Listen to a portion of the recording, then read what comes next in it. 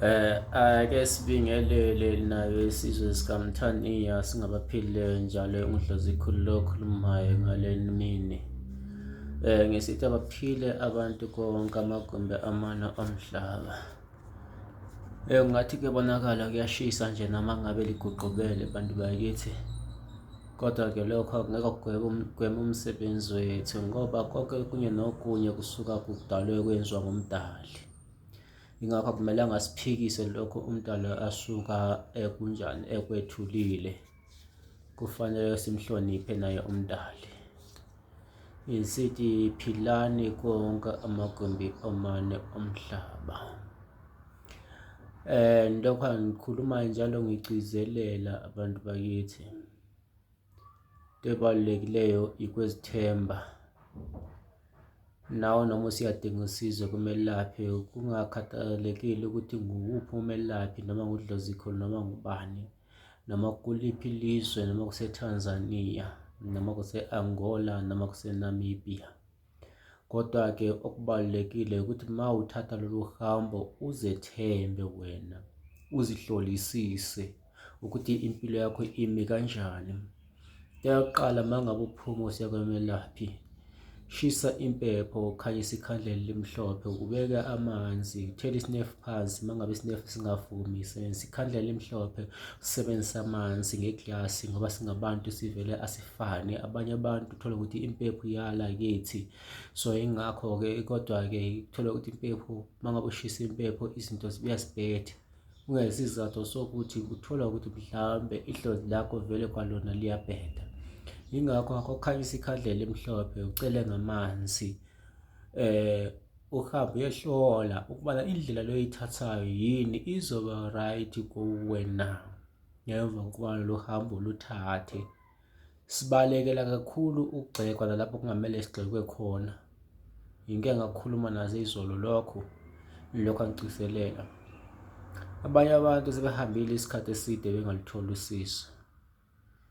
Uma ngabe kunjalo-ke fanele ubheke ukuthi ingabe le nto iyakuvumela yini ukuthi uyithathe. Uma ngabe ingavumi, bantu bakithi, lungisa phela inhlanhla zakho, ulungise umsamo wakho, uzigeze, kukhanye empilweni yakho. Ngoba ukuphumelela, bantu bakithi, akusikho ukuthwala kuphela. Nokugeza umsamo wakho, nokuzigeza wena uzikhuculule, kuyalunga empilweni yakho. Omunye umuntu uthola ukuthi ufuna ukugcatshwa nje, alungiselwe, inhlanhla yakhe ihlale egazini, azenzele izinto zakhe zihambe kahle. Uthola ukuthi mhlawumbe uyasebenza ku-construction, uthola ukuthi uyenza amathenda, acatshiwe nje izinto zakhe zihleli zisegazini. Omunye umuntu uyenza i-gambling, uthola ukuthi ucatshiwe nje kusegazini. Ngoba kuhlele egazini lakho angeke kuphanjaniswe lutho. Kodwa esikucelayo kinina bantu bakithi, ukuthi thina singabantu siyalingeka esikhathini esiningi. Umuntu uyabuya umgcabe, ahambe ayelala nabantu laba abathengisa ngomzimba, izinto zakhe zimoshakale. Ingoba laba bantu banamathunzi amaningi abahlangana nawo uma behlangana laba bantu ababathengisela umzimba. Bantu bakithi, uma ngabe usulungisele gwema lezi zinto ezifana nalezo. Angizukwanda kakhulu ngamazwi, kodwa-ke ikhona into engibuye nayo encane, bantu bakithi. Njengoba ngishilo nayizolo, ngisasho namanje, inhlanga ze-gambling zikhona bantu bakithi. Iy'nhlanga zethenda zikhona abantu bakithi. Uma ngabe usenza amathenda noma umakhetha umsebenzi, awutholi umsebenzi ozenzela ngezandla, awuxhumane nathi sibe sikulungisele ukuze nawe ukwazi ukusebenza njengabanye abantu.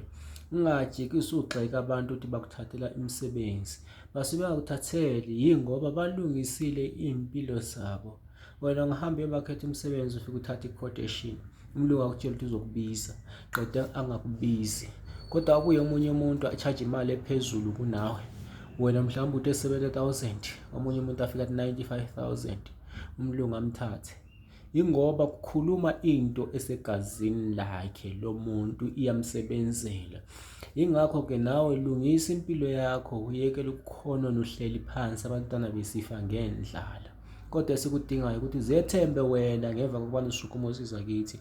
Ungabi nensolo, ungathembeli kithi, thembele edlozini lakho. ngoba ukuze ulungelwe, mina ngisuke ngikhuluma nedlozi lami nelakho, sixhumanisa amadlozi ethu omabili ukuze izinto zakho zihambe kahle. Iqiniso siyalidinga abantu bakithi, sifanele sikhulume iqiniso nje phambi kwakwenza, licacise, sikhulume iqiniso njengomuntu esesifa. Sithe thina asisebenzele ukuhlala kuma-mansions, kodwa thina sisebenzele ukuthi impilo zabantu zilunge. Anginandaba nawe nogxekayo uma ngabe sikhuluma, kodwa-ke ngoba kithi thina lapho esisuka khona siyaziwa, kuzofika isikhathi sokuthi ngoba ngisakhuluma ngisaselapha e-South Africa, kuzofika isikhathi sokuthi umbone sengikhuluma sese-Zimbabwe, wena wase-South Africa, uma ngabe ungifuna ungithole kwelakithi, ukuzokwazi ukuzobona lapho engisebenzela khona mathupha. Ngoba esikhathini esiningi abanye abantu uma uhambile basuke bethi cha, usomathuba lo, kanti cha, angeke sithathe idlozi silisebenzise ukuba ngusomathuba. Idlozi liyahlonishwa, siphila ngedlozi, ingakho sifanele idlozi silihloniphe. Uma ngabe sithunywe ukuthi sizolisiza, sifanele silisize bantu bakithi.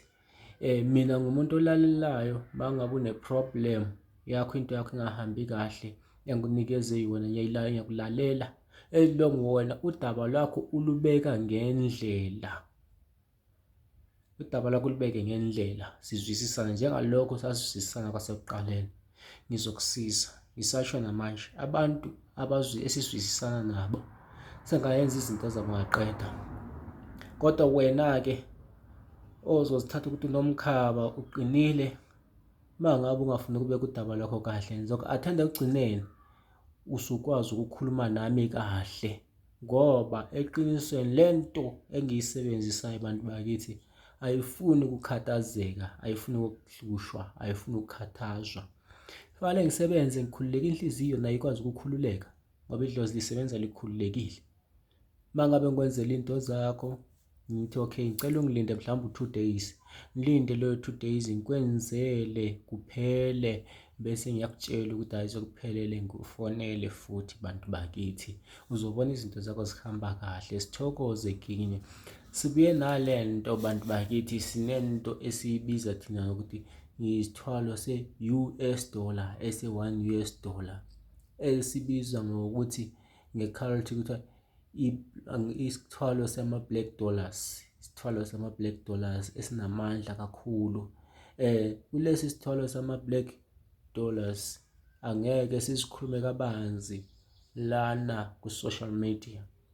Nalapho uma ngabe ungifonela ungibuza ufuna ukungizwisisa, angeke ngikuphendule ngoba kuney'mfihlakalo ezikhona engeke ngizikhulume kuwe noma usungifonela. Uzofuna ukungicupha, ufuna ukuhamba uqamba amanga, uphambanise izinto zabantu, uphambanise into zami. Ngizositshela umuntu onguye esuka sebuye sezosifuna lesi sithwalo sama-black dollars, isithwalo se-1 US dollar esizokunikeza iy'nhlanhla ezinkulu, esizokunikeza izindodla zemali, esizogenerate imali ukwazi ukuphumelela, esingathathi isikhathi eside. Bese sisithi thina kunesithwalo se-magic stick ohamba uyelalisa ethuneni, okunye angeke sikutshele ukuthi ulalisa ethuneni, after that ukuthi usenzani, ngoba uzohamba uqamba amanga futhi ukhuluma into ongazazi, ozizwa ngathi singafuni ukuthi sikucacisele ngoba sikwazi ukuthi vele selihamba liqamba amanga, lihlala imihlangano ngezimfihlakalo zabelaphi elingazaziyo, lifuna ukuzenza nelizaziyo. Cha bantu bakithi, ake nihloniphe isintu sethu, angithi lingasifoneli lisifeya, angithi lingathi labantu abasi-investigate-ayo esintwini sethu. Umuntu uma efuna into uyabuya kumelaphi, abuye naleyo nhlawulo asuka eyitshele uma ngabe into eyifuna, simlungisele kulunge phezu nakho impilo yakhe. Uma ngabe ufanele ugezwe, unganikezwa into yokudonsa imali eyisithwalo, siyawugeza futhi sikukhanyisele izinhlanhla zakho, uhambe uphumelele. Isithwalo sama-US dollar, isithwalo sama-black dollars bantu bakithi, into engizoyikhuluma nje ukuthi siwu-25,000, asidingi imibuzo eminingi. Uma ngabe usifuna uthola impumelelo, uhambe uqhubeke uye phambili. Isithwalo sama-US dollar, black dollars, siwu-25,000 futhi asibuyele emuva bantu bakithi. Into ofanele uyizwe iyo leyo. Okuningi uma ngabe into uyifuna ungabuze efonini, kodwa-ke uza nalokho esisuka sikutshele khona muntu wakithi, sibuye sizokusiza ikhona inamba engizoninikeza yona ezweni uma ngabe ningangitholi ngoba yiyo ngibona ngathi ngizoyisebenzisa esikhathini esiningi, u-066 067 3976 066 067 3976. Ungangifonela kuyo le namba ngoba ngokuya kwesikhathi uWhatsApp ngizovala, ngizothatha ama-calls kuphela ngoba uWhatsApp bantu bakithi baningi kakhulu, bayangikhulela ngehluleka ukubaphendula. So yingakho-ke mangabe usizo ulufuna, i-magic stick oyilalisa emathuneni bese siyakutshela i-information yonke. Yona-ke ungayithatha ngo-9500 mangabe uyifuna, into ekhona 9500 lalisa emathuneni. Mangabe uyifuna sizobe sikutshela i-information, usubuyile uzothola leyo nto. Into esingeke siyichaze emafonini, izimfihlakalo zethu zonke angeke sizichaze emafonini manje. Izinto zishintshile bantu bakithi, kunabantu asebehamba beqamba amanga bethatha information zethu bezisebenzisa ngendlela engayisiyo, belokhu abesibuza lapha emafonini into mhlawumbe umuntu ufuna usizo kade akafuna usizo, ufuna ukuthi le nto yakho ayithathe information yakho ayisebenzisa ngendlela engayisiyo. Fonela-ke u-066 067 3976 uzongithola-ke lapho. Uma ngabe ungangitholi ku-083 2066 954 ungifonele-ke ku-066 076 067 3976. Yikho lapho ongangithola khona mangabe ufuna ukubhukha i-appointment, hhayi ukumbuza imibuzo ungathi uya-investigator usithatha information yami uyayisebenzisa ngendlela engayisiyo. Ngiyabonga. Inamba eyinye is-066 067 3976. Mangabe ungangitholi ku-083 2066 954. Bantu bakithi, isikhathi sokuqala ukubamba ama-calls ngo-9 o'clock. Noma ungambona ngi-online before 9, ngisuka ngisalungisa izinto ze-family. Nami nginomndeni bantu bakithi, nginemndeni, ngazalwa ngabantu, angiwanga esihlahleni bantu bakithi. Nami nangabe ngingasebenzi ngesintu, ngingumuntu ordinary. Mangabe sengene esintwini, lapho ngingene esintwini, kwesinye isikhathi uyangifonela uthole ukuthi kunezinto engibhizi ngazo engeke ngikwazi ukuthi ngibambe ifoni ezizoba ziyongidisturb. Ifoni ngisuka ngiyishiya i-on ukuze uzwe ukuthi noma ungafona kanye ngikhona. Mangabe ngibona i-missed call yakho ngizobuyela kuwe bantu bakithi, ningi-understand lapho singaphambanisi izinto. Mina ngumuntu osebenza ngabantu, angifuni ukukhathazeka emoyeni ngento engiyichaza imihla namalanga. Ngisebenza Monday to Saturday, Sunday bantu bakithi angiwathathi ama-calls oma-clients, angiwathathi ama-calls ama-clients. Noma ngaze umbone ngi-online, ngisuka ngi-online on Sunday ngilungisa ezomndeni, ngilungisa nami izinto zami, ngilungisa izinto zamabhizinisi wami. On Sunday ililanga mina engilitholayo ukwenza zonke izinto zami. Na before 9 ekuseni yiso isikhathi engisitholayo ukuthi ngilungise izinto zami nomndeni, ngilungise izinto zamabhizinisi wami, ngilungise izinto zasekhaya. Kodwa-ke engilitshela khona maduze, noma lingabe limbona online on YouTube, lizoba selingizwa ngikhuluma ngisekhaya kwelakithi eZimbabwe. Uzobe ngifuna uzongithole eZimbabwe, lilungisa ama-passport bantu bakithi, yikho lapho lizongithola khona ukuze libone ukuthi kuyasetshenzwa. Asidlali mangabe sikhuluma kuzo lezi nkundla zokuxhumana. Siyathokoza abantu abadala ngodlozi khulu lokhulumayo.